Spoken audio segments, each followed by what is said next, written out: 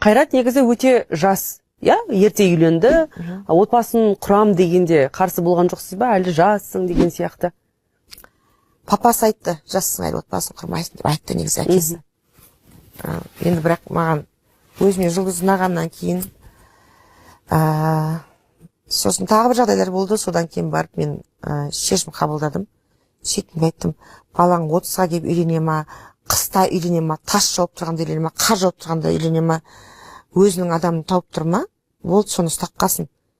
Ертең сен қайдан білесің, жаңағы пәлен жасқа келіп өзінің 10 жас үлкен әйелді абататын шығар, баласымен абататын шығар, мен ашып қалып. Өзінің адамын тауып, ол өкініш қой өмір бақи деп ше.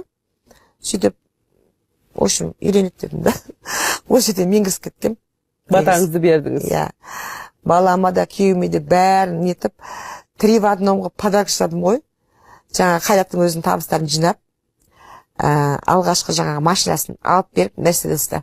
Вишневый Мерседес алып бергенбіз ең бірінші кезде. Сөйтіп, дипломды алып, келіншекті алып, в общем, 3 в 1 подарок жасап, сол жұлдыз келін қылып кеткенбіз. Ой, керемет.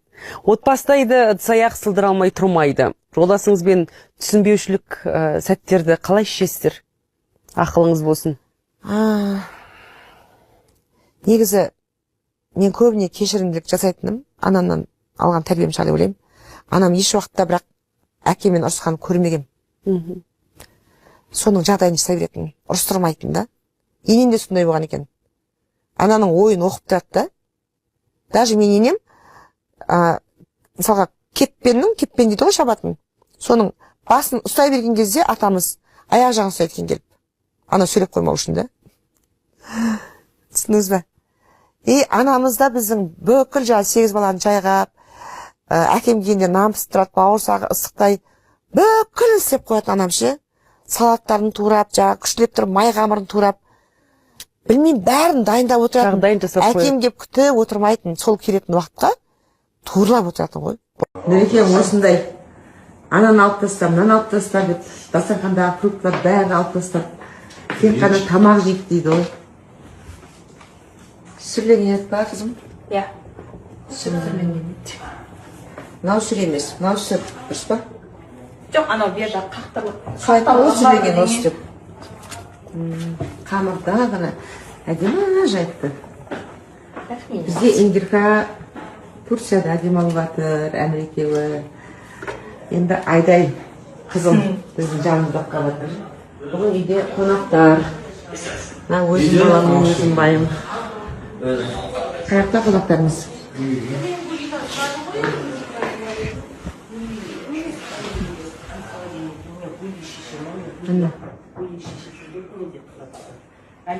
Не деген әңгіме кетіп отыр. Таңда кеткенбіз, больницаға енді келдік үйімізге. Мына торттардың түрін қарап, прямо ырза отырмын ғой. Аппетитный болған жоқ. Күшті енді.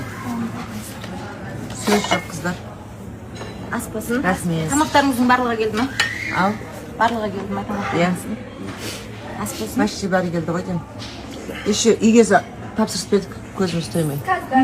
Иә, шамақсын еп қойды. Рахмет көп-көп. Мына жерге неңізді қойып қойдым, кейін жегеңіз жеп не қылсақ, қыздар коробкаға салып беріп дейсіз. Хорошо. Рахмет жаным. Жақсы, ас болыңыз. Рахмет. Рахмет жаным. Аллергиядан жемді болған. Иә, випкаға отырмай кетіп қалды осы жаққа. Аған аллергиядан жемді болғатыр дейм. Салқын деп осы жаққа кетіп қалды. Мына жер бірақ әдемі екен, прямо күннің көзі шығып күшті болып тұр. Негізі кондерді өшіріп